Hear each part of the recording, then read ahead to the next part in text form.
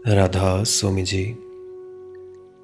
बाणी बाणी राधा स्वामी दयाल सतनाम सतपुरुष की।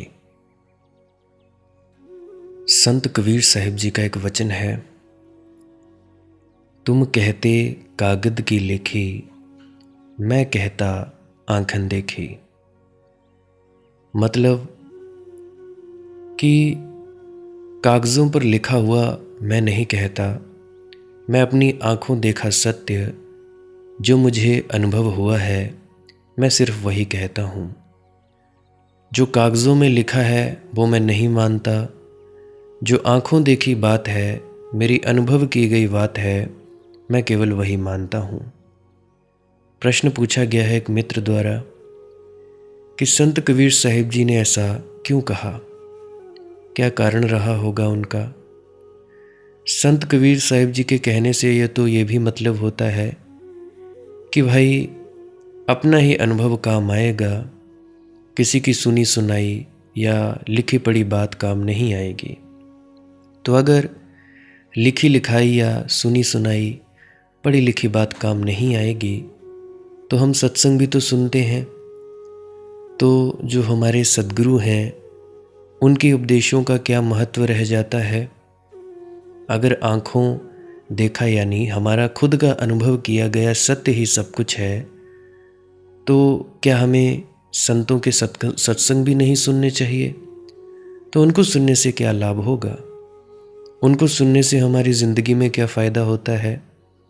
अगर अनुभव से ही बात बननी है तो हम क्यों सुने संतों के सत्संग, क्यों पढ़ें ग्रंथ पोथियाँ, क्यों वेद शास्त्र खंगालें, क्यों राधा स्वामी मत की पुस्तकें पढ़ें या किसी भी व्यक्ति की पुस्तकें पढ़ें, उससे क्या लाभ है।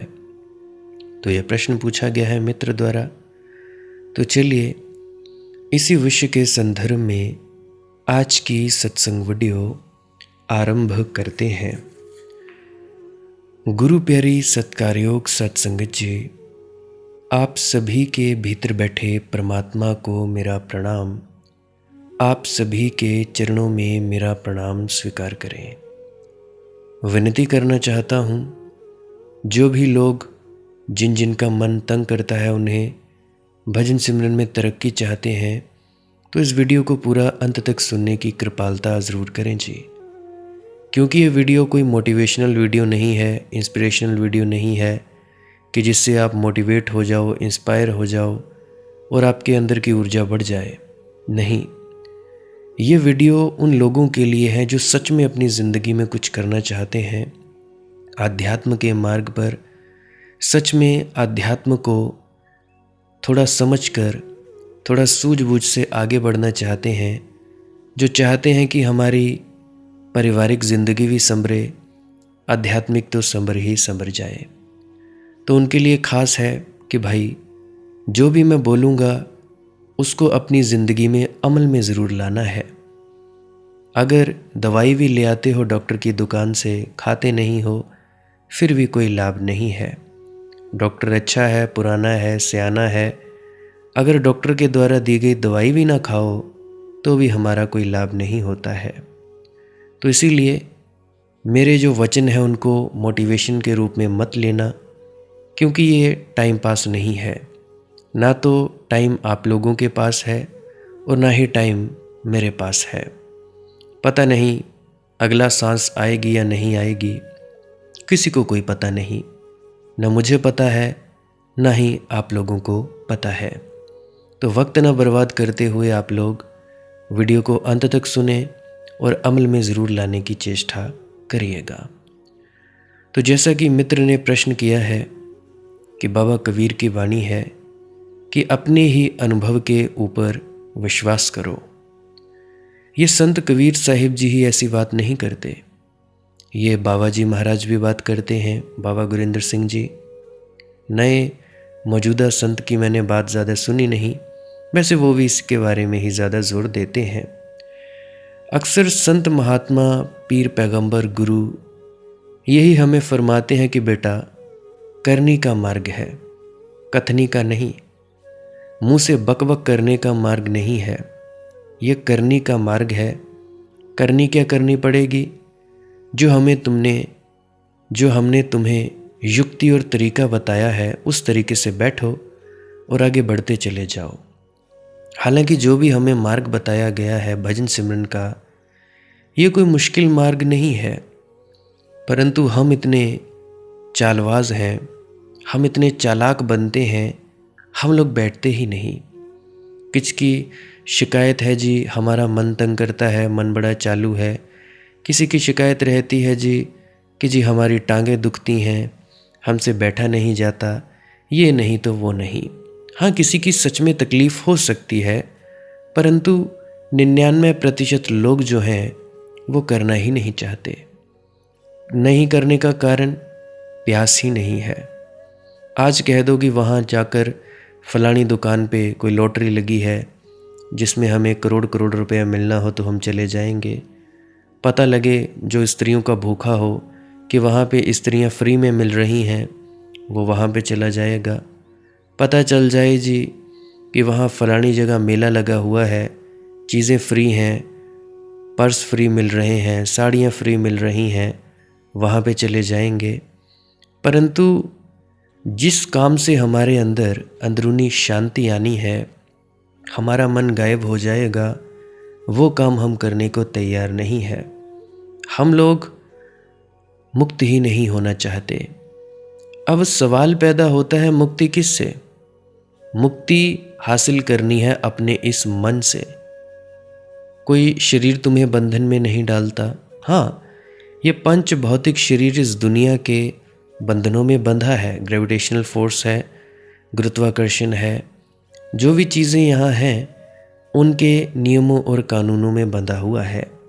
परंतु जो असली बंधन है वो हमारे मन का बंधन है। तुम लोग अपने मन से बंधे हुए हो, असली लड़ाई तुम्हारे मन से है। बहुत से लोग हैं जो कहते हैं जी हमारा पड़ोसी दुश्मन है हमारा। बहुत से लोग हैं कहते हैं जी हमारा पति दुश्मन है, हमारा पति ऐसा नहीं करने देता। कई हैं कहते हैं जी पत्नी ऐसा नहीं करने देती। कई हैं कहते हैं जी हमारे बच्चे हैं वो नहीं करने देते। तो अलग अलग एक्सक्यूज़ेस, अलग अलग बहाने। हालांकि ये नहीं समझते कि ये जो भी जितनी भी चीज़ें हैं ये हमारे मन के कारण हो रही हैं। हमारा मन ही इतना चंचल है कि अपने मन के कारण ही हम सुखी और दुखी होते रहते हैं। मनोरंजन, फिल्म देखने जाते हैं, मन का रंजन, मनोरंजन करते हैं, मन का बहलावा करते हैं, मनोरंजन कर लेते हैं। उसको अंग्रेज़ी में कहा जाता है एंटरटेनमेंट कर लेते हैं कुछ देर। कईयों को किसी में रस है, कईयों को शराब में रस है, कईयों को भांग पीने में रस है, कईयों को जो ड्रग्स है उसके इंजेक्शंस लगाने में रस है, चिट्टा पीने में रस है, अलग अलग जगह पे रस है।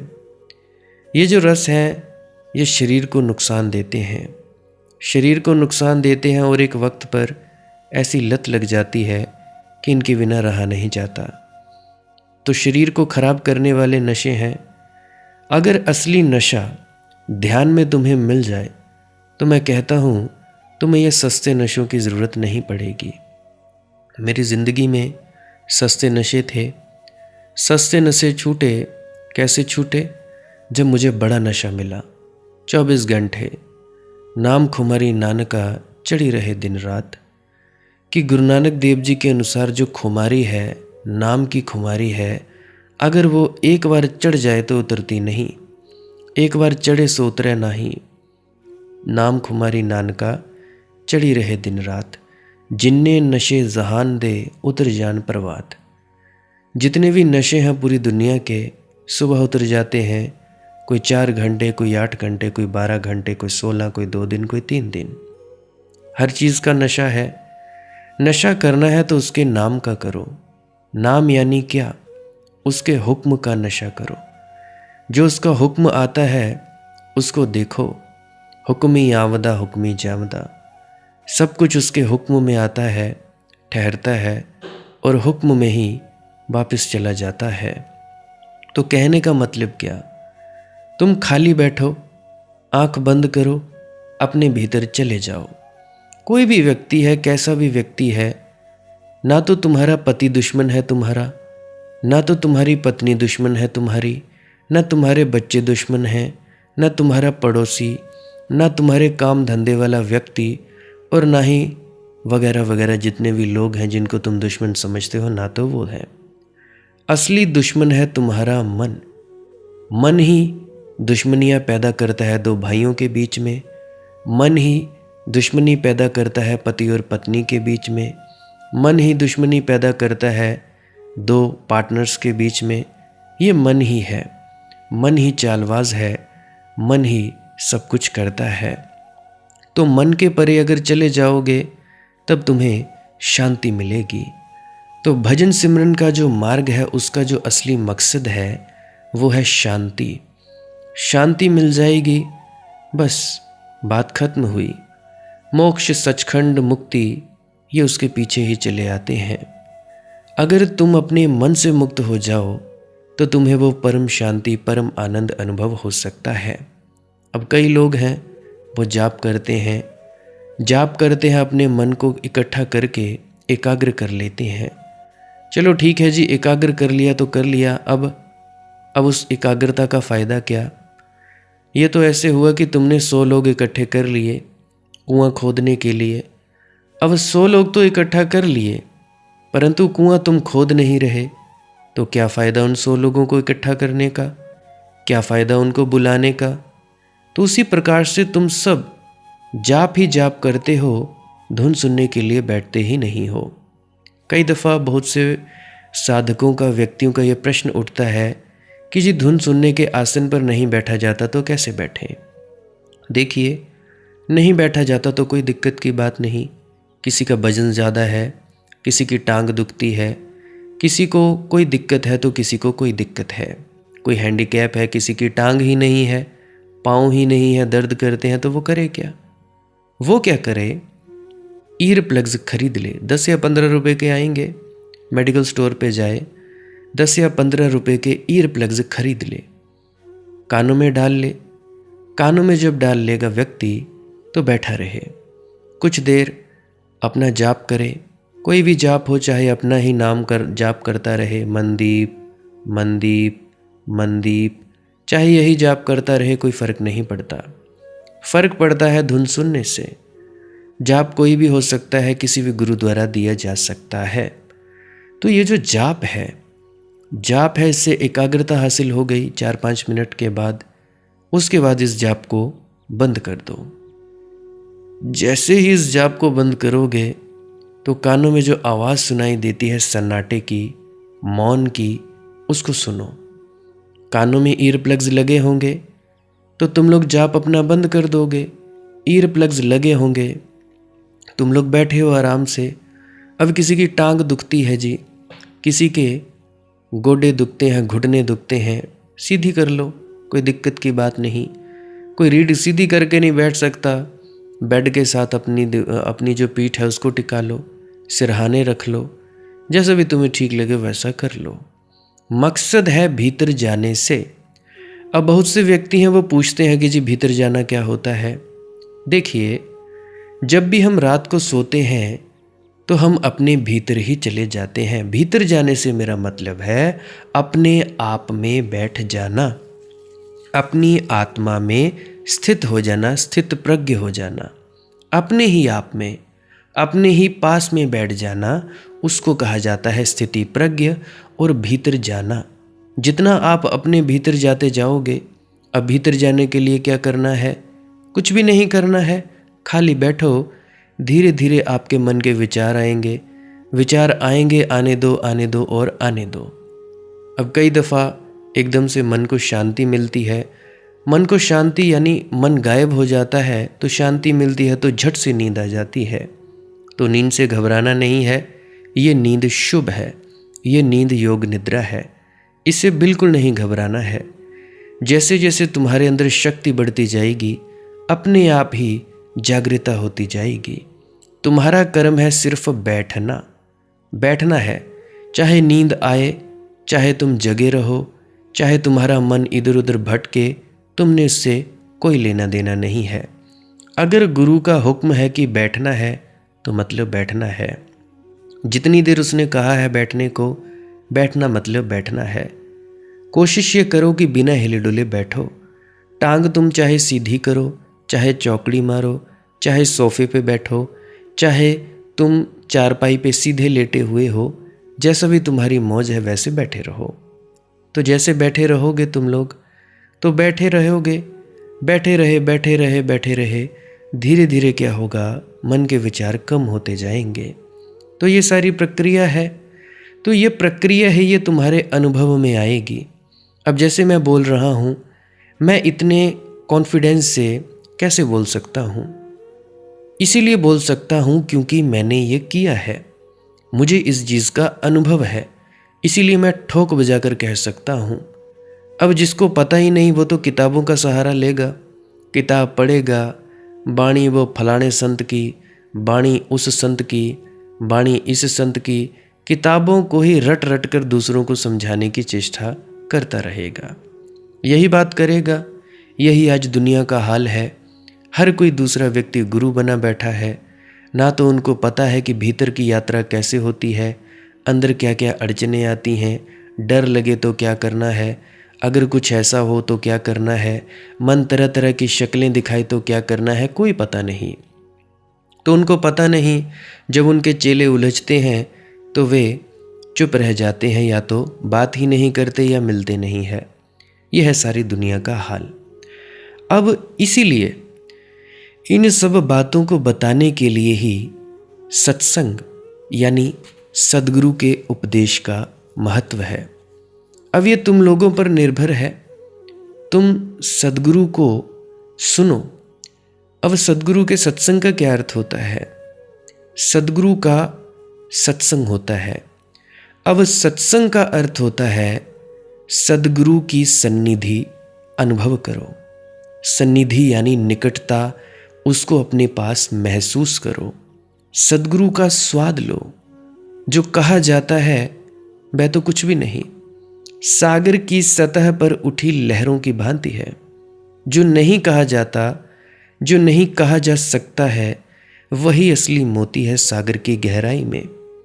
अगर तुम लोगों ने सत्संग में शब्द ही सुने तो चूक गए। शब्द के पीछे मौजूद है उसे देखा तो यानी पा लिया। शब्द जहां से आते हैं वहां सीढ़ी लगाओ। सद्गुरु के शून्य में उतरो, उसकी बाणी से खेलो। प्रारंभ ठीक है खिलौनों की तरह, फिर धीरे धीरे खिलौने छोड़ो। असली बात तो सद्गुरु की उपस्थिति है। असली बात तो उसका अस्तित्व है, उसकी सत्ता है। उसकी सत्ता के रंग में रंगो।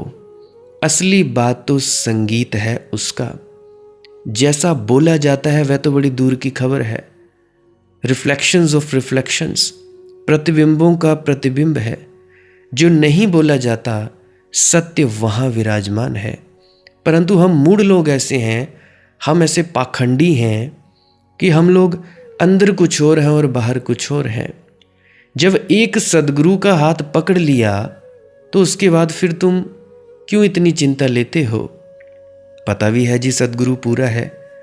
जब रोते हो, चिल्लाते हो, जब तुम्हें मुसीबत आती है तो हाय बाबा, ऐसे तुम इधर उधर जा रहे हो, भटक रहे हो, कभी कहीं तो कभी कहीं।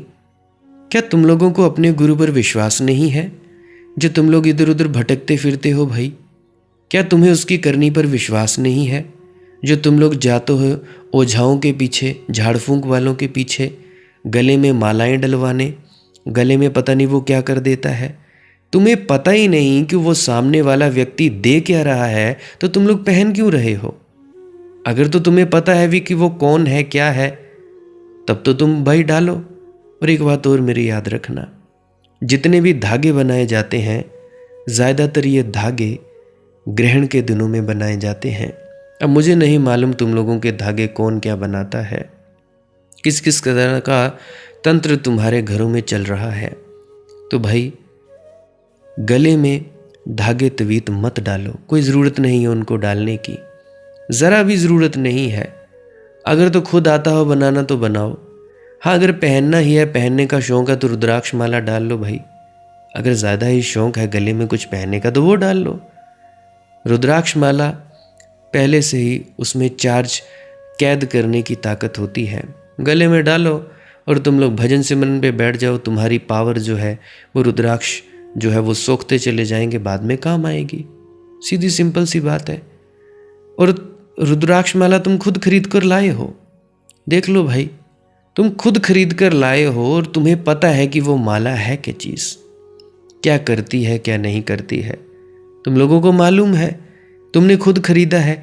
अब कोई तीसरा व्यक्ति तुम्हें कुछ दे रहा है जिसे तुम जानते नहीं, उसका क्या भरोसा वो तुम्हारे घर में क्या कर दे, क्या पता उसको तुमसे मतलब है, क्या पता उसने तुम्हारा पैसा लूटना है। 25-25 हज़ार, लाख 21-21 हज़ार तुम लोग लुटा देते हो, इससे अच्छा किसी गरीब को, ज़रूरतमंद को दे देते। क्या उसने तुम्हें आशीर्वाद नहीं देना था? बिल्कुल देना था, परंतु हम लोग मूर्ख हैं। सद्गुरु जो कहता है उसके हुक्म की नाफरमानी करते हैं, फिर कहते हैं कि बाबे ने हमें दिया ही क्या है। अरे बाबा नहीं देता, देने वाला है वो परमात्मा। कोई भी गुरु पीर पैगंबर है वो तुम्हें उपदेश देता है कि बेटा ऐसे कर्म करो।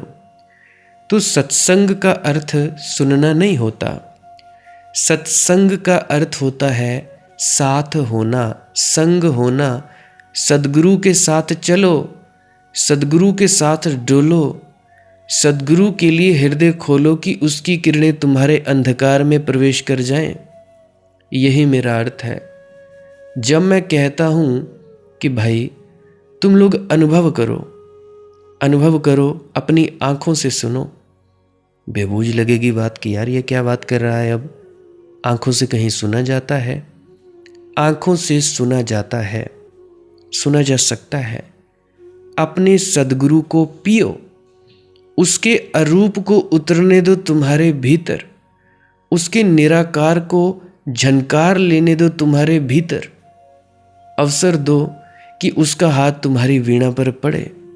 संकोच न करो, संदेह न करो, झिझको मत, सुरक्षा मत करो।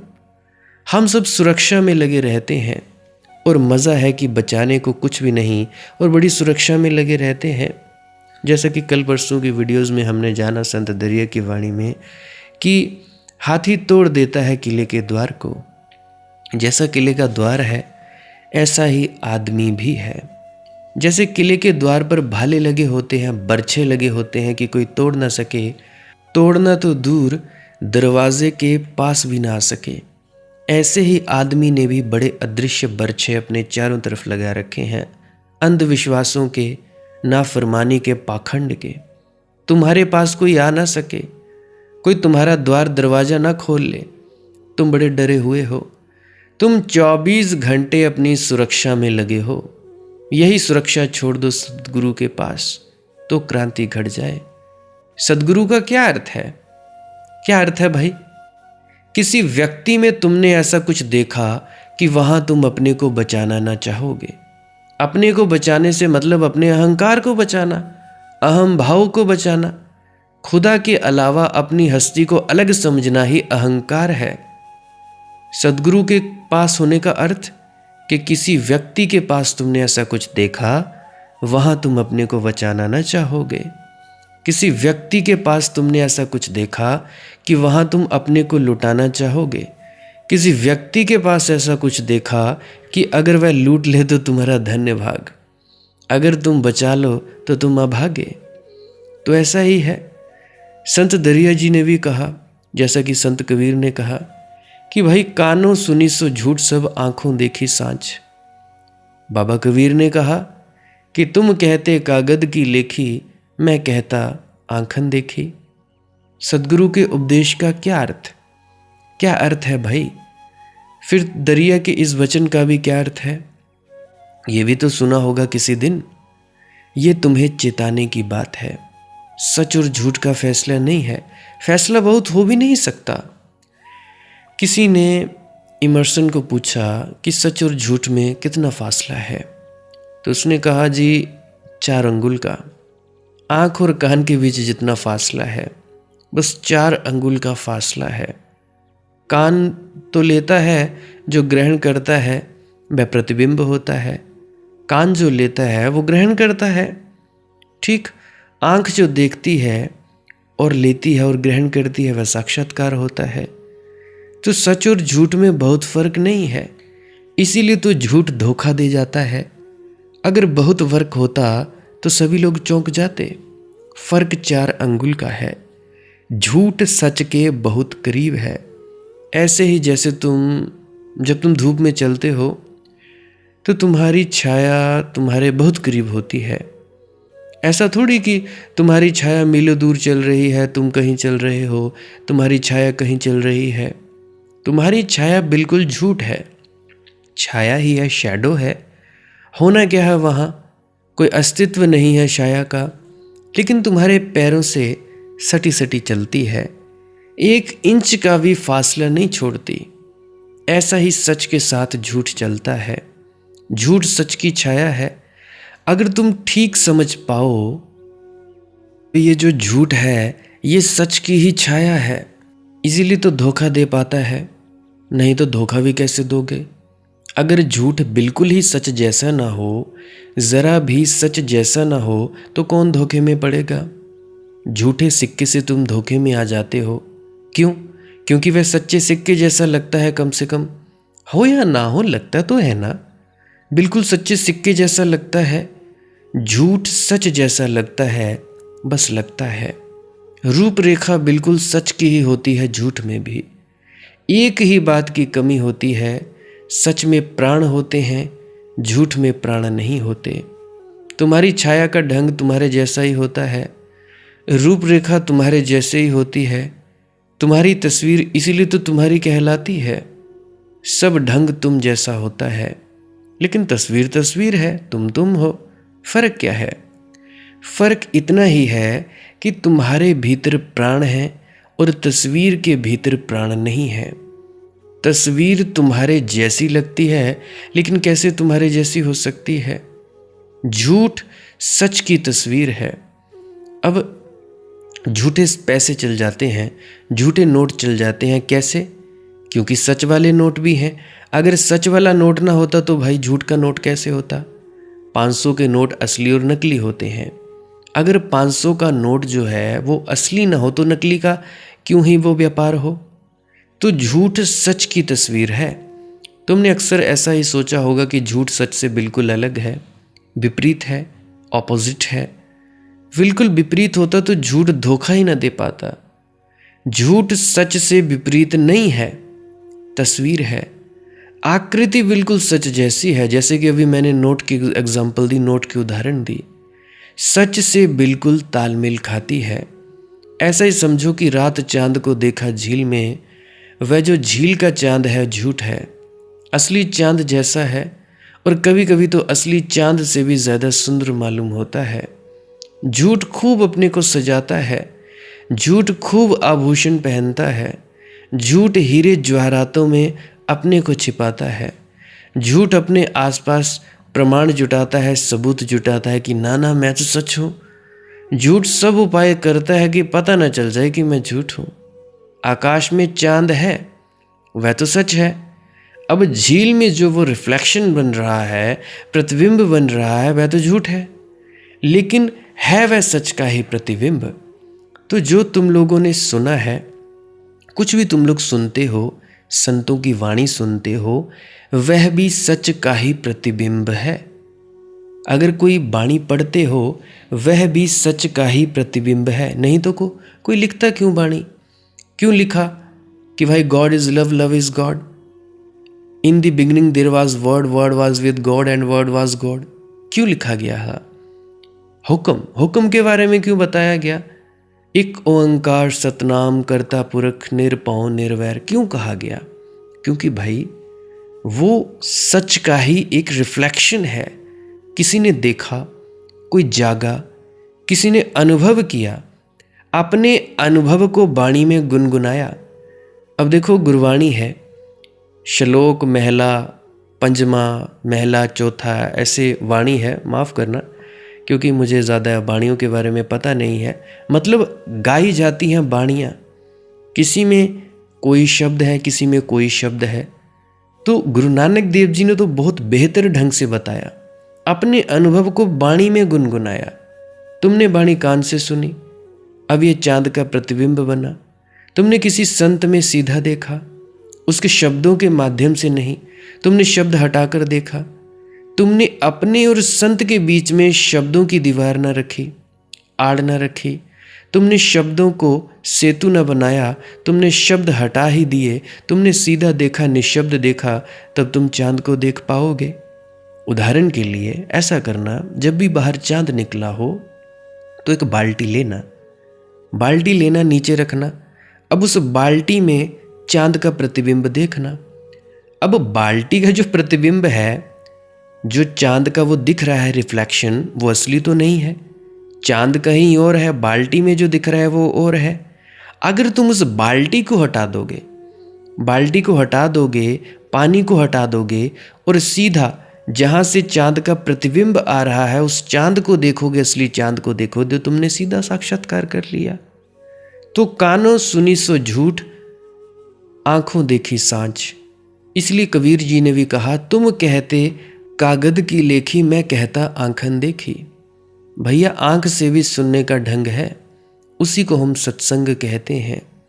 अब देखो, तुम लोग अपने अपने घरों में बैठे हो, जितने भी हैं अपने अपने घरों में बैठे हो। मेरी आवाज़ तुम लोगों के कानों में आ रही है यूट्यूब के माध्यम से, तुम्हारे मोबाइल फ़ोन के ज़रिए।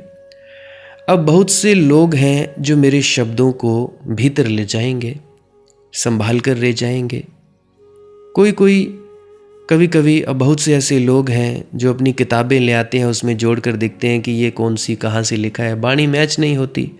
अब एक व्यक्ति आए थे, कहते हैं जो आप कहते हैं वो वेदों शास्त्रों में लिखा है। मैंने बोला अच्छा, सच में? मैं मन ही मन सोचने लगा, वेद तो मेरे बाप ने भी नहीं पढ़े, तो मैं कब पढ़ता? इतने पैसे ही कहाँ से कि इतनी किताबें लाता, वेद शास्त्र लाता। तो मेरे बाप ने नहीं पढ़े तो मैंने भी नहीं पढ़े, तो ये मैच कैसे हो सकता है? कभी कभी मैं भी सोचा करता हूँ, बुद्धि के तल पर सोचा करता हूँ कि ये बातें जो कही जा रही हैं यही तो उन्होंने भी कही होंगी। तो भाई, कोई किताब ले लेता है, उसमें मैच करके देखता है मेरी बातों को, कोई नोट्स बनाता रहता है। तो जो ऐसा करते हैं उनका जोर शब्दों पर है, जो भी मैं बोलता हूँ जोर शब्दों पर है। तो वह व्यक्ति विद्यार्थी है, शिष्य नहीं है। वह अभी स्कूली दुनिया में है, जैसे कहीं कोई परीक्षा होने वाली है। अब मुझे बात बताओ, ज़िंदगी को कहीं कोई परीक्षा होती है? ज़िंदगी तो पूरी परीक्षा है। यहाँ शिक्षण और परीक्षा अलग अलग नहीं होते, यहाँ तो हर घड़ी परीक्षा है, हर घड़ी शिक्षण है, हर शिक्षण में परीक्षा है, हर परीक्षा में शिक्षण है। यहाँ तो सब मिला जुला है। ऐसे थोड़ी है कि एक दिन जब तुम 80 साल के हो जाओगे तो कोई परीक्षा में बैठोगे कि अब जीवन की परीक्षा हो रही है, कि वहाँ उत्तर देने पड़ेंगे, रटे रटाए उत्तर काम आ जाएंगे, कि बाज़ार में छुपी हुई कुंजियाँ खरीद लोगे। ये कुरान और वेद और गुरु ग्रंथ और बाइबल कुंजियाँ हैं, इनसे काम ना चलेगा। कुंजियाँ यानी चाबियाँ। तुमने अगर गुरु नानक देव जी के शब्द दोहराए तो तुम झूठ हो गए। तुम अगर गुरु नानक देव जी जैसे हो गए तो सच हो गए। तुमने अगर बाबा कबीर के शब्द दोहराए, बिल्कुल अक्षरशः दोहराए, तो झूठ हो गए। तुम अगर बाबा कबीर के जैसे हो गए तो सच हो गए। फिर तुमसे भी वैसे ही शब्द निकलेंगे जैसे बाबा कबीर से निकले, मगर फ़र्क बड़ा होगा। अब तुम लोग जाते हो सत्संग सुनने, बातें दोहराते हो उन्हीं की, परंतु तुम उनके जैसे होते नहीं। ना जी ना, सुन लेंगे बाबा जी ऐसा कहते हैं, बाबा जी वैसा कहते हैं, भ्रमों और बहमों को तोड़ते हैं, परंतु तुम में से कोई मानता है? निरे पाखंडी के पाखंडी हो तुम लोग। और जब मैं कहता हूँ बड़ी चोट लगती है, हाय, अपने दिल पर बड़ी ज़्यादा चोट लगती है जब मैं कहता हूँ पाखंडी नहीं हो तो तुम हो क्या? अपने गुरु के प्रति समर्पित नहीं, अपने मुर्शिद के प्रति समर्पित नहीं, तो तुम लोग पाखंडी ही हो भाई, पाखंडी। तुम लोग तोता रटंत हो, परंतु अगर तुम अपने गुरु जैसे ही हो जाओगे तो भाई फर्क बहुत पड़ेगा। शब्द चाहे तुम उसके जैसे बोलो, परंतु जब गुरु जैसे हो जाओगे, आत्मज्ञानी हो जाओगे, तो ये तुम्हारे अपने अनुभव से निकलते होंगे। अब तुम्हारा अपना झरना खुल गया है, अब ये तुम्हारे प्राण होंगे। प्रामाणिक रूप से तुम्हारा प्राण इनके भीतर धड़कता होगा, ये मुर्दा नहीं होंगे। तो कोई आता है विद्यार्थी की तरह, वह शब्द संभाल कर ले जाता है। कोई भी है, उसकी याददाश्त थोड़ी बढ़ती हो जाती है, उसकी जानकारी थोड़ी बढ़ जाती है, वह थोड़ी और इन्फॉर्मेशन इकट्ठी कर लेता है, वह थोड़ा और पंडित हो जाता है, वह दूसरों को समझाने में थोड़ा और कुशल हो जाता है। दूसरों को समझाने में याद रखना, खुद तो चूक ही गया, अब बहुत से समझदार लोग आ जाते हैं। एक ने कहा, जी आप गृहस्थ की बातें छोड़ो, सत्संग फरमाओ। अरे भाई, गृहस्थ में ही सभी लोग रहते हैं, हर किसी की शादी हुई है, हर कोई अपने गृहस्थ में रहता है। कोई सन्यासी तो नहीं, कोई सन्यासी तो नहीं मुझे सुन रहा। अगर कोई सन्यासी है, घर बार छोड़ दिया है, तो भाई मुझे कमेंट में लिख देना। चलो एक आध होगा भी सन्यासी, कोई बात नहीं, 99% लोग तो गृहस्थ में हैं।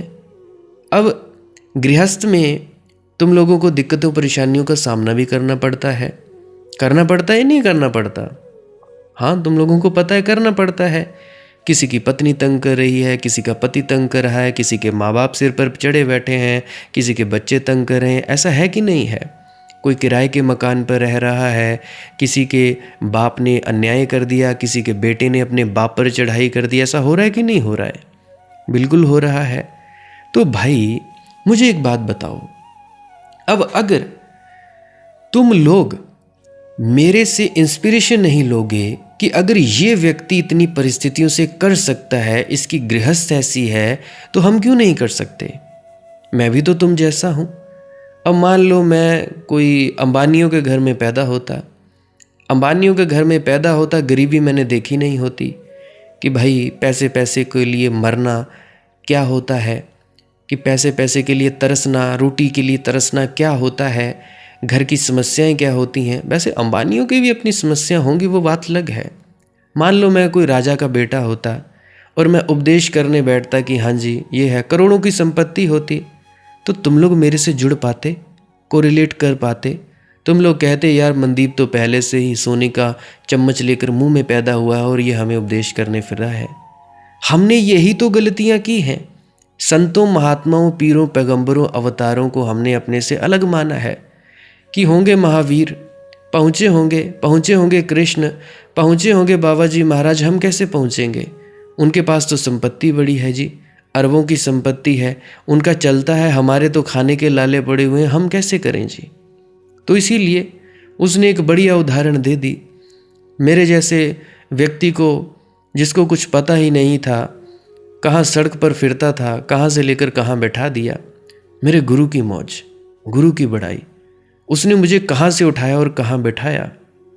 आज उपदेश करता फिरता हूँ, हालांकि इतनी औकात नहीं है मेरी। और याद रखना, ये मेरा बड़प्पन भी नहीं है भाई, ये मत समझा करो कि मैं जो बोलता हूँ वो मैं बड़प्पन की वजह से बोल रहा हूँ ना। जो मैं कह रहा हूँ मैं बिल्कुल सत्य कह रहा हूँ। अब कोई आता है, जी हम किराए के मकान पर रहते हैं, हमसे भजन नहीं होता। मैं कहता हूँ भाई मैं भी किराए के मकान पर रहता हूँ, क्या दिक्कत है? कोई कहता है जी हमारे घर वाले तंग बड़े करते हैं। मैं कहता हूँ जी मेरे भी बड़े तंग करते हैं, क्या दिक्कत है? हो सकता है। कोई कहता है जी हमारे पास इतना पैसा नहीं है। मैं कहता हूँ भाई मेरे पास कौन से अंबानियों के तरह मेरे टावर लगे हुए हैं जियो के, या मेरी फैक्ट्रियाँ हैं। मैं भी तो तुम जैसा ही गुजर बसर कर रहा हूँ, मैं भी तो तुम जैसा ही ज़रूरत के अनुसार जी रहा हूँ। जो मिल रहा है उसमें मौज मना रहा हूँ। और मैं कर क्या रहा हूँ? कुछ भी नहीं कर रहा हूँ। तो भाई अगर इन सभी मेरी गृहस्थ के परिस्थितियों से तुम लोगों को पता नहीं लगता, तुम लोगों को इंस्पिरेशन और मोटिवेशन नहीं मिलती भजन में बैठने के लिए, तो फिर क्या फ़ायदा? इसीलिए मैं बताया करता हूँ, मैं कोई आप लोगों का टाइम वेस्ट नहीं करता हूँ कि भाई अपने गृहस्थ की बातें कहकर या अपने घर का मुंह काला करके आप लोगों को बताऊँ। भाई अपने घर का मुंह काला करता हूँ, अपने घर के बारे में कौन करता है ऐसी बातें? मुझे बात करनी होती है पहलुओं के ऊपर।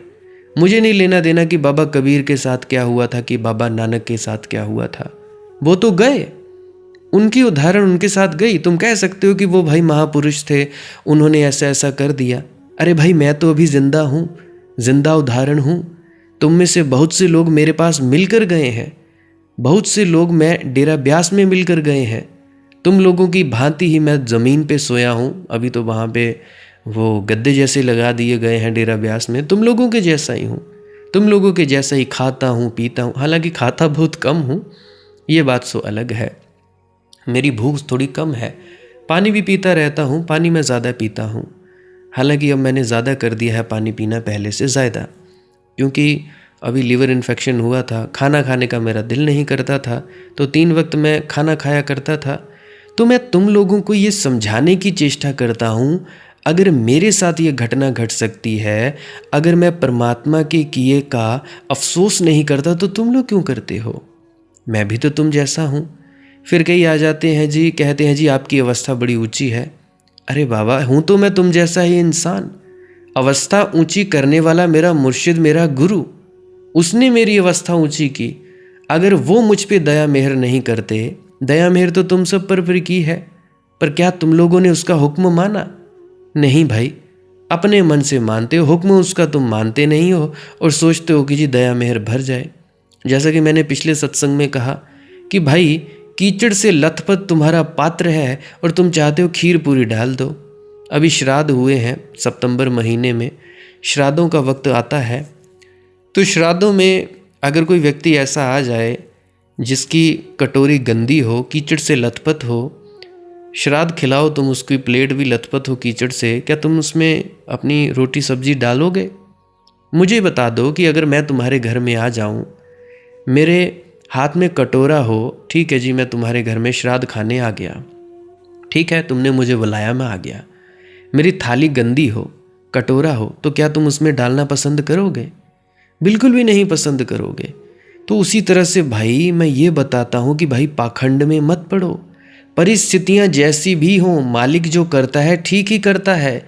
जो हो रहा है ठीक हो रहा है, जो होता है ठीक होता है, जो होगा ठीक ही होगा। जो भी होता है कभी गलत नहीं होता। किसी ने मुझे 3-4 दिन पहले यहाँ पे भी एक दादी अम्मा आई, कहने लगी बेटा, मैं बाहर बैठा उठा ही था तो मेरी पत्नी बता रही थी कि ये ऐसे ऐसे हैं, ये करते हैं, वह वो करते हैं। कहने लगी बेटा मेरी जब ये आँख फड़कती है तो कुछ ना कुछ बुरा होने होता है। मैंने कहा दादी कुछ भी बुरा नहीं होता, जो होता है अच्छे के लिए ही होता है। अगर तुम्हारी ज़िंदगी में परेशानियां हैं तो ज़रूर परमात्मा तुम्हें ताकतवर बनाना चाहता है। अगर तुम बीमार हो तो परमात्मा तुम्हें बताना चाहता है कि भाई किसी चीज़ का मान मत करना। अगर तुम्हारा चेहरा पहले खूबसूरत था अब खराब हो गया है तो परमात्मा बताना चाहता है कि भाई अहंकार किसी चीज़ का मत करना। मेरा दिया गया है, मैं कभी भी वापस ले लूँ, ये मेरी मौज है। तो इसीलिए वो करता है, हमें वो परिस्थितियों में डालता है क्योंकि वो हमारा कैरेक्टर मजबूत करता है। परंतु हम लोग डोल जाते हैं। अब डोलते हैं तो भाई परमात्मा बोलता चलो ठीक है, हो गई जी फेल। अब मैं कई लोगों को परखता हूँ, पहले मैं देखता हूँ कहते जी दया मेहर कर दो जी, ये कर दो, फलां कर दो, ढिकां कर दो, मेरे लिए अरदास कर दो जी, मेरा भजन सिमरन बन जाए, मेरा ये चीज़ बन जाए। मैंने बोला अच्छा। फिर मैं थोड़ी सी उनकी परीक्षा लेता हूँ कि ये मानते हैं मेरी बात या नहीं मानते हैं। परीक्षा भी कोई छोटी मोटी, ये भी नहीं कि वो बहुत बड़ी परीक्षा लेता हूँ, छोटी मोटी। कभी बोल दिया कि ये कर दो जी, ये कर दो जी, छोटी सी चीज़ कि तुम अपने घर में ये रखते हो इसको उठा के बाहर फेंक दो, ये रखा है इसको ये कर दो, ये रखा है वो कर दो। जब मैं देखता हूँ कि हाँ ये व्यक्ति बात मानने को तैयार है तो इसके लिए अरदास करनी चाहिए। भाई अरदास भी उसके लिए की जाती है, शक्ति भी उसको दी जाती है जो काबिल हो। अब बच्चे के हाथ में बंदूक दे दो, अब बंदूक से दूसरों को मारे ना मारे खुद को ही मार ले तो। बच्चे के हाथ में चाकू दे दो, तलवार दे दो। तो तुम लोग दया मेहर की मांग करते हो बाबाजी महाराज से, वो दे तो दे पूरी पूरी, पूरा पूरा शक्ति उड़ेलने पर तुम करोगे तो करोगे क्या? सोचो क्या करो तुम लोग, क्या करोगे? भाई बड़ा मुश्किल है। तो इसीलिए मैं कई बार गृहस्थ की बातें बताता हूँ, अपने घर की बताता हूँ। तुम लोगों के घरों की बातें तो नहीं बताई मैंने कि तुम लोगों के घरों में क्या होता है। मुझे पता है तुम लोगों के घरों में क्या चलता है कि वो फलाने की वो स्त्री थी, उसके घर में ऐसा चलता था, उसका ये हो गया। मैं क्यों बताऊं भाई? उसने मुझसे बताया, उसकी पर्सनल ज़िंदगी है। मैंने ये तो नहीं कहा कि वो लड़का है वो उस लड़की के साथ भाग गया, ये किया वो किया, ना। मुझे क्या लेना देना है? मैं बताऊंगा आप बीती, मैं हड्ड बीती बताता हूं भाई। मुझे कोई लेना देना नहीं कि पुराने संतों महात्माओं के कि श्री राम के साथ क्या हुआ, श्री कृष्ण के साथ हुआ। कभी कभी उदाहरण लूंगा, परंतु नहीं। तुम लोग पंडित होते हो, बड़ा जानकारियां झाड़ते हो। मैं देखता हूं कि अरे प्रभु इतने ज्ञानी बैठे हैं, बहुत सारे ज्ञानी लोग हैं यहाँ पे। तो भाई करनी में जाहिर करो, करनी में, कथनी में नहीं। करनी में जाहिर करोगे तब बात बनेगी। ये बातों का मजमून नहीं है। गुरु महाराज को बोलते बोलते 40 साल हो गए, तो तुम लोग देखो अपना हाल। तो भाई पंडित हो जाते हो। तो अक्सर ऐसा हो जाता है कि जब तुम दूसरों को समझाने में कुशल हो जाते हो तो तुम समझते हो कि मैं समझ गया। बड़े सारे ऐसे लोग करते हैं, दूसरों को समझाने में लगे रहते हो, खुद को समझ नहीं आती। बात ठीक उल्टी है। दूसरों को समझाने में कुशल हो जाने से तुम्हारे समझने का कोई संबंध नहीं है। तुम्हारी समझ और ही बात है। तुम्हें अगर समझना है तो शिष्य की तरह, विद्यार्थी की तरह नहीं। कोई नोट्स नहीं लेने हैं, मेरे शब्दों को कोई याद नहीं कर लेना है। मेरे शब्द याद रहे या ना रहे उसका कोई प्रयोजन नहीं है। शब्दों के अंदर जो रस डाल रहा हूं, उस रस की बूंद तुम्हारे गले में उतर जाए, शब्द भूल जाए। मैंने क्या कहा क्या नहीं कहा उसको भूल जाओ। शब्द तो ऐसा समझो खेल है, खोल। जैसे खोल होता है ना, बाहर गिरी होती है, अखरोट होता है, अखरोट का खोल बाहर, ऐसा समझो। असली बात भीतर है। खोल को तो फेंक देना, असली तो आत्मसात कर लेना है। भोजन करते हो, अब सभी भोजन करते होगे, रोटी खाते हो, तो जो सार है वह तुम पचा लेते हो, जो असार है वह मलमूत्र में बाहर निकल जाता है। ऐसा होता है कि नहीं होता है? सभी तुम लोग सुबह फ्रेश होते हो कि नहीं होते हो? रात का खाना, सारे दिन का खाना खाकर सुबह मलमूत्र निकालते हो ना? तो ऐसे ही है। शब्द तो असार हैं, उनका कोई मूल्य नहीं है। जब तुम दूसरे को समझाने में उसे निकाल देते हो, तब बस मलमूत्र की तरह बाहर निकल गया। उससे तुम हल्के ही होगे, हल्के हो जाओगे। इसे समझो। अब मुझे सुनकर तुम लोगों ने शब्द इकट्ठे किए, मन भारी हो गया क्योंकि वे शब्द इकट्ठे हो गए। अब तुम जल्दी तलाश में रहोगे कि कोई मिल जाए अज्ञानी तो उसमें उड़ेल दूं। अब तुम जल्दी खोज करोगे, कोई भी बहाना मिल जाए, कोई किसी बात को कहीं उठा दे कि तुम जल्दी तत्पर होकर जो तुम बोझ ले आए हो उसमें उड़ेल दो। मुझे बात याद आती है, अभी कुछ दिन पहले मैं अपने फुफड़ जी की दुकान पे बैठा था। कहने लगे कि वहाँ कोई मरा हुआ था, वहाँ पे मैं सभा में बैठा था। जैसे जाते हैं रात को हमारे इधर जो मर जाते हैं जिनके घर में, वहाँ पे बैठे होते हैं। कहने लगे वहाँ पंडित बैठे थे, मैंने ऐसा ऐसा कहा जी, मैंने बड़े ऐसे ऐसे किए। देखो ये उदाहरण है, लाइव उदाहरण है, मेरी आंखों देखी बात है। तो ऐसे ही तुम करते हो, उड़ेल कर तुम्हें अच्छा भी लगेगा, लेकिन अच्छा इसलिए नहीं लग रहा कि तुम दूसरे को समझाने में सफल हो गए। समझे तो तुम खुद भी नहीं हो, तो दूसरे को क्या समझाओगे? जो स्वयं समझ गए हैं वे भी बड़ी मुश्किल में पाते हैं दूसरे को समझाने में, तो तुम तो समझाओगे कैसे? तुम तो अभी खुद भी नहीं समझे हो, मगर अच्छा लगेगा। अब अच्छा क्यों लगेगा? अच्छा 2 कारणों से लगेगा। एक तो बोझ हल्का हुआ, इसीलिए तो लोग किसी बात को गुप्त नहीं रख पाते। गुप्त रखने में बड़ा बोझ हो जाता है। अब किसी ने तुमसे कह दिया, ये कह तो रहे हैं आपसे, कृपा करके किसी और को मत कहना, तो बड़ी मुश्किल हो जाती है। वह निकल आती है, जुबान पर आ जाती है बात। अब उसे संभालो, फिर संभाल कर भीतर रखो, उसका बोझ बढ़ता जाता है। इसीलिए लोग बात को गुप्त नहीं रख पाते, सीक्रेट नहीं रख पाते। बड़ा मुश्किल है बात को गुप्त रखना। मन उसे फेंक देना चाहता है। ये फेंकने की तरकीबें हैं। अब तुम दूसरे से बात करते हो, इससे हल्कापन आता है, इससे मन का कचरा थोड़ा कम हुआ। दूसरे का बढ़ा बह जाने, मैं किसी और पर फेंकेगा, तुम्हारा तो कम हुआ, तुम तो निर्भर हुए। तो एक तो अच्छा लगता है निर्भर होना।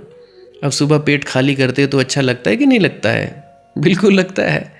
और दूसरा अच्छा लगता है ज्ञानी होने का अहंकार, कि देखो मैं जानता हूं तुम नहीं जानते, मैं ज्ञानी, तुम अज्ञानी। तो जब भी तुम किसी आदमी को अज्ञानी सिद्ध कर पाते हो किसी भी कुशलता से, तब तुम्हारे अहंकार को बड़ी तृप्ति मिलती है। तो कोई भी बात के द्वारा तुम सदा सिद्ध करने की कोशिश में लगे रहते हो, मैं ज्ञानी और दूसरा अज्ञानी, दूसरा तो मूर्ख पड़ा है। इन दो बातों के कारण मजा आ जाता है। उस मजे को तुम मत समझ लेना, और उसे मजे से तुम्हारे जीवन में कोई भी क्रांति नहीं घटित होगी, आनंद के द्वार नहीं खुलेंगे। तो विद्यार्थी होकर जो मुझे सुनता है वह कचरा बीन लेता है, सार सार छोड़ देगा, असार असार पकड़ लेगा। शब्द असार है, निशब्द सार है, शून्य सार है, मौन सार है। नहीं बोला गया, नहीं बोला जा सकता जो उसमें सार है। विराट को बांधोगे भी कैसे शब्दों में भाई? शब्द बड़े छोटे हैं।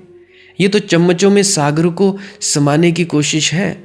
सागर चम्मचों में नहीं समाता, और जो चम्मच में समा जाता है उसका स्वाद अगर सागर का भी हो, नमकीन भी हो, तो भी वह सागर नहीं है। उसमें तूफान नहीं उठते, उसमें बड़ी तरंगे नहीं आएंगी, उसमें जहाज नहीं चलेंगे, समुद्री जहाज, उसमें मछलियां नहीं उठेंगी, उसमें तुम डूब ना सकोगे। तो माना कि चम्मच में जो भर आया है 2-4-10 बूंद सागर की, उनका स्वाद तो नमक का है। स्वाद से धोखा मत खा जाना। सागर के और भी गुण हैं स्वाद के अतिरिक्त, वे कोई भी वहां नहीं है। और सबसे बड़ी बात तो यह थी कि जिसमें तुम डूब जाओ वही सत्य है, वही सागर है। शब्द में कैसे डूबोगे? वह तो चुल्लू भर पानी में डूब मरने जैसा है। डूब मरोगे ना? तो शब्द में कभी कोई डूबा है? शब्द इतना छोटा है, उसमें तुम लाख उपाय करो तो न डूब सकोगे। निशब्द में डूबता है कोई। तो एक तो है जो अपनी याददाश्त को थोड़ा सा बढ़ाते हैं, अपने ज्ञान को थोड़ा सा बढ़ाकर पांडित्य के तराजू पर थोड़ी और गरिमा रखकर चले जाते हैं दूसरों को समझाने। वह चूक गया। जो मेरे पास पंडित होकर गया वह चूक गया। लाभ की जगह हानि हो गई। उसने और थोड़ा उपद्रव अपने जीवन में बढ़ा लिया, कम ना किया। जो मेरे पास शिष्य की भांति आया है, जिसे शब्दों में अब कोई रस नहीं रहा, जो बस अनुभव करने आया है, जो मेरे साथ अज्ञान की यात्रा पर जाने को तैयार है, जो कानों से मुझसे नहीं जुड़ा है, आंखों से भी जुड़ा है, वही कुछ पा सकेगा, केवल वही। इसीलिए कहता हूं, कान से सुनना बस, सुनिए दुख पाप का नाश। जिस दिन तुम गुरु को ठीक से देखने लगोगे उस दिन तुम दो बातें जानोगे। तुमने अभी अपने गुरु को देखा कहाँ ठीक से देखा भाई? जीना भी आ गया मुझे और मरना भी आ गया, पहचानने लगा हूं अब तुम्हारी नजर को मैं। गुरु के साथ होने का अर्थ है जीना भी आ गया और मरना भी। महाराज चरण Singh ji used to say that, जींदे जी मरो। जींदे जी मरना ही नाम दी कमाई है, नाम दी भक्ति है। जींदे जी मरो। अहंकार के तल पर मिटने की कला आ गई और आत्मा के तल पर जीने की कला आ गई।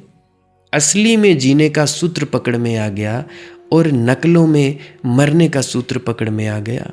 नकली की तो चिता बना ली, नकली को तो जला दिया, राख कर डाला, नकली को तो सूली पर चढ़ा दिया, असली को सिंहासन पर बिठा दिया। तो जीवन भी आ गया मुझे और मरना भी आ गया, पहचानने लगा हूं अब तुम्हारी नज़र को मैं। तो गुरु की नज़र को पहचानो, आंख को पहचानो, गुरु के अस्तित्व से जुड़ो, शरीर से नहीं, देह से नहीं जुड़ना है, अस्तित्व से, शब्द स्वरूप से गुरु की सन्निधि में डूबो। गुरु की देह से क्या लेना है? वो तो मिट्टी है, पंच भौतिक शरीर है। असली तो वो नहीं है। अंदर जो वो शब्द रूप में बैठा है, नाम रूप में बैठा है, आत्मा रूप में बैठा है, उसको पहचानो। अब कहते हैं जी मिलना है जी गुरु से, हम गुरु से मिलना चाहते हैं। ये भी मत सोचना कि अंदर कोई दाढ़ी मूंछ वाला महात्मा प्रकट होगा। हाँ होगा, उसका मतलब यही है कि भाई मन की एकाग्रता पूर्ण हुई, दाढ़ी मूंछ वाला महात्मा आ गया जी। बातें मत करना उससे ज़्यादा, उसको संसारिक कामों के लिए लेना। कोई भी संसारिक काम पड़ जाए तो उसके लिए उस स्वरूप का, वो स्वरूप होगा मन का, उसके लिए उसका इस्तेमाल करना। उसके बाद उसके आगे चले जाओ, आगे चले जाओ। दृष्टा, दृश्य और दर्शन, 3 चीज़ें होती हैं। दृष्टा में ठहर जाओ, जो देख रहा है उसको उसमें ठहरो, तब बात बनेगी। बाकी तुम्हारी मौज है, जैसा जी में आए वो करो। मेरा मकसद है तुम्हें बोलना, समझाना, बुझाना, उपदेश करना। करना ना करना तुम्हारी मौज है। तुम चाहे जहर पियो, तुम चाहे अमृत पियो। जहर पियोगे तो मरोगे, अमृत पियोगे तो जी जाओगे। तो आज के लिए बस इतना ही। अगर किसी का कोई दुख तकलीफ हो, प्रश्न हो, तो कमेंट सेक्शन वेलकम है। कमेंट सेक्शन में कोई भी कैसी भी दिक्कत परेशानी हो, वो वैसा कमेंट सेक्शन में लिख सकता है, जैसी आपकी मौज है। कोई पाबंदी नहीं है, कोई बंदिश नहीं है, जैसा मर्जी लिखो। बाकी जिनके पास मेरा व्हाट्सएप नंबर है, वहाँ पे वॉइस मैसेज कर सकते हो। कॉल करने से परहेज़ ही करता हूँ आजकल मैं, क्योंकि भाई तुम लोग हींग ही मांगते हो, हीरा तो मांगते नहीं। और किसी ने कहा कि भाई कीमत चुकानी पड़ती है। भाई जो तथाकथित धर्मगुरु हैं, बने हुए हैं, वो कीमत चुकाते हैं, वो कीमत लेते हैं। हमें जो चीज़ मुफ्त में मिली है, मुफ्त में बांटते हैं। बस अपने अहंकार की कीमत लगाओ, पैसे पूसे की कीमत मत लगाओ। अब बहुत से हैं जो मुझे खरीदने के लिए बात करते हैं, ये ले लो, हमारे पास आ जाओ। ना भाई, क्यों आए, काहे को आए, क्या तुम बताना क्या चाहते हो, क्या बताना चाहते हो? जो किसी के लिए अरदास कर सकता है, क्या वो अपने लिए नहीं कर सकता? किसी को पैसे की ज़रूरत है, भाई अरदास कर दो, ठीक है भाई हो जाएगा। जो कर सकता है, क्या वो अपने लिए नहीं कर सकता? क्यों नहीं करता वो? इसीलिए नहीं करता क्योंकि उसे उससे कोई बड़ी ऊंची चीज़ मिल गई है भाई, बहुत ही ऊंची चीज़। मैं ऐसा नहीं कहता कि पैसे की ज़रूरत नहीं है, ज़रूरत है, परंतु भाई नमक के साथ रोटी खानी मंजूर, ऐसे नहीं। खरीदना तो भूल ही जाओ, ये भूल जाओ भाई। तो भाई यही विनती है कि आप जी भजन सिमरन किया करें, ध्यान में डूबा करें।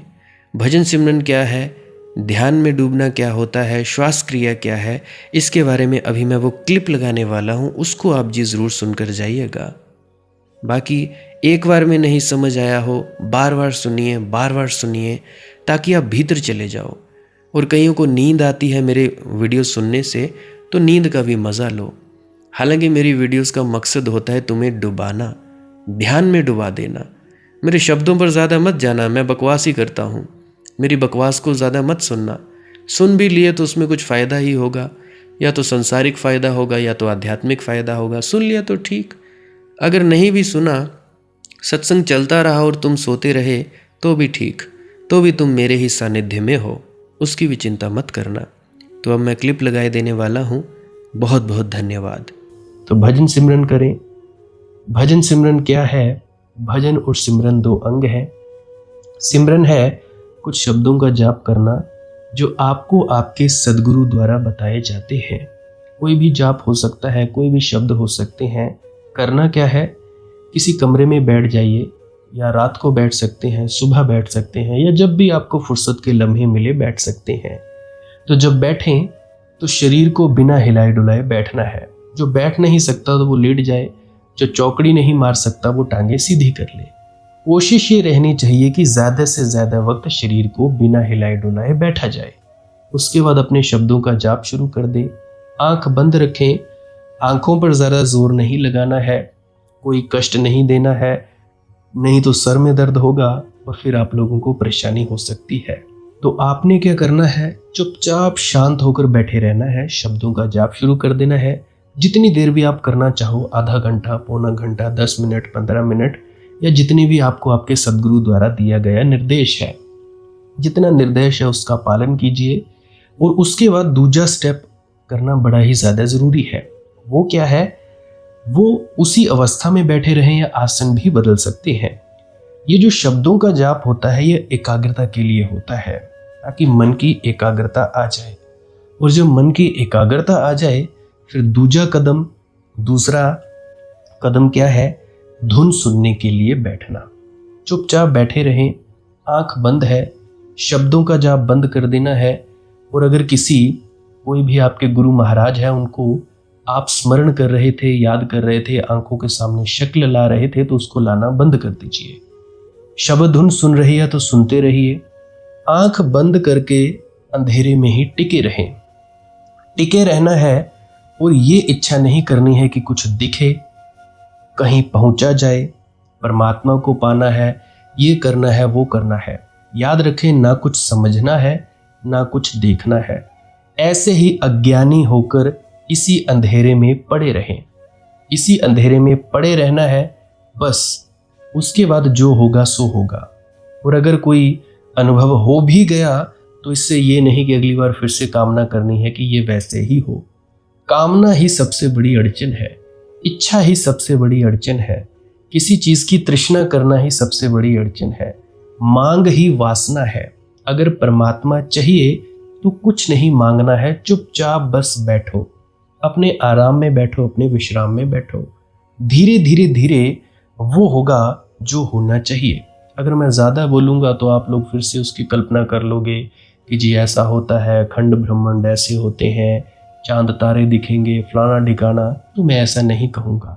मैं बस इतना कहूँगा, जो कुछ दिखता है, कुछ भी दिख जाए, वो मन है, वो माया है। जो नहीं दिखता वही आत्मा है, वही आत्मा में होना है। अब जैसा कि तुम लोग इसी अंधेरे में टिके रहोगे, टिके रहोगे, टिके रहोगे, तो कुछ दिनों के बाद या महीनों के बाद एक प्रकाश आएगा। वो प्रकाश पूरे शरीर में फैलता जाएगा और धीरे धीरे तुम इस प्रकाश के सहारे अपने आप में स्थित होगे। अब देखो, इस प्रकाश को देखने वाले भी तुम हो और इस शब्द धुन को सुनने वाले भी तुम हो। अब जो ये शब्द धुन को सुनता है और प्रकाश को देखता है, ये तुम हो। तो अपने आप में स्थित होना है, अपने आप को जानना ही सच्चा आत्मज्ञान है।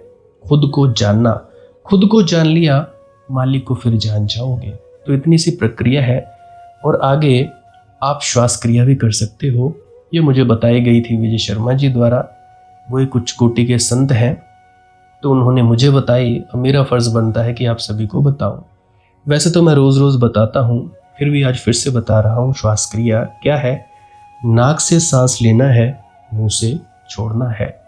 लंबा सांस लेना है नाक से और मुंह से छोड़ देना है। 15 मिनट करें, 20 मिनट करें, आधा पौना घंटा, जितनी देर भी आप कर सकते हो करें। करने के बाद करना कुछ नहीं है, चुपचाप आंख बंद करके बैठ जाना है। लेट सकते हो तो लेट सकते हैं, वो आपकी अपनी इच्छा है। नींद आ जाए तो सो जाना है, कोई शरीर को कष्ट नहीं देना है। अगर सर घूमे घूमने देना है, अगर आपका शरीर कांपे तो कांपने देना है। उसकी आपने दिक्कत, परेशानी और चिंता नहीं लेनी है, ये सब होता ही है। और मरने से डर लगे तब भी नहीं डरना है, ये होता ही है। क्या कहा मैंने? 15 से 20 मिनट कर सकते हैं, उसके बाद चुपचाप बैठें और अपने भीतर अपने आप उतर जाओगे। ठीक है जी। प्रेग्नेंट लेडीज़ बिल्कुल ना करें, जिनको दिल की बीमारी है या गोलियां वगैरह खाते हैं वो भी बिल्कुल ना करें, और बाकी सब कर सकते हैं। जिनको नींद नहीं आती वो अवश्य करें, और जिनको थोड़ा डिप्रेशन रहता है वो भी अवश्य करें, और जिनके बच्चे थोड़ी पढ़ाई में कमज़ोर हैं वो भी ज़रूर करें। बाकी आपकी मौज है, करना हो करिए, नहीं तो आपकी अपनी अपनी इच्छा है। और ध्यान दें, जब सिमरन करें तो उसके बाद सीधा भजन पे बैठें, और जब ये श्वास क्रिया करें तो इसके बाद सीधा भजन के लिए बैठें। अलग अलग प्रक्रियाएं हैं। एकाग्रता के लिए है श्वास क्रिया और एकाग्रता के लिए ही है भजन सिमरन। सिमरन भी एकाग्रता के लिए और श्वास क्रिया भी एकाग्रता के लिए। ठीक है, मिक्स नहीं करना है, अलग अलग करिए। अगर श्वास क्रिया करी तो उसके बाद सीधा धुन सुनने पर बैठें। अगर सिमरन के शब्दों का जाप किया उसके बाद फिर से धुन सुनने पर बैठें। बाकी आपकी अपनी मौज है, जो आपको रुचे वो कर सकते हो। अगर धुन सुनने लगे तो धुन सुनने पर ही डायरेक्ट बैठा जाए, परंतु श्वास क्रिया मत छोड़ना, क्योंकि श्वास क्रिया करने से शारीरिक, मानसिक और आध्यात्मिक लाभ मिलता है। तो बाकी आप कीजिए, आपकी मौज है। और कोई प्रश्न है तो कमेंट सेक्शन में पूछ सकते हैं, या इंस्टाग्राम, टेलीग्राम, फेसबुक पे सर्च करें मालिक की मौज सत्संग, तो वहाँ पे पूछ सकते हैं। प्रश्न पूछने से पहले एक विनती, आप लोग पुरानी सत्संग वीडियोस को अवश्य सुनिए। क्या पता आपके प्रश्नों के जवाब मिल जाए और आप अपने भीतर ध्यान में उतर जाएं। बाकी आपकी अपनी मौज है। लाइक कर सकते हैं इस वीडियो को अगर आपको कुछ सीखने को मिला है, और कमेंट सेक्शन में राधा स्वामी ज़रूर लिखें। सब्सक्राइब कर सकते हैं इस चैनल को अगर रोज़ रोज़ नए नए सत्संग सुनना चाहते हैं और बाकी आप सत्संग लगा के छोड़ दीजिए और बस छोड़ दीजिए, सुनते सुनते आप ध्यान में प्रवेश करेंगे या तो आप जी सो जाएंगे, तो आपकी मौज है। बाकी आप लोग अगर शेयर करना चाहो अपने मित्रों तक तो कर सकते हैं, नहीं तो मालिक की मौज है, कोई चक्कर नहीं है। आप मुझे इतने अंत तक सुनते हो, इतने अंत तक सुनने के लिए आपका बहुत बहुत शुक्रिया, बहुत बहुत धन्यवाद और मुबारक हो आप लोगों ने जो आनंद प्राप्त किया। अब मैं अपने गुरु महाराज को प्रणाम करता हूँ, आप सभी के भीतर बैठे परमात्मा को भी प्रणाम करता हूँ। मेरा प्रणाम स्वीकार करें। राधा स्वामी जी।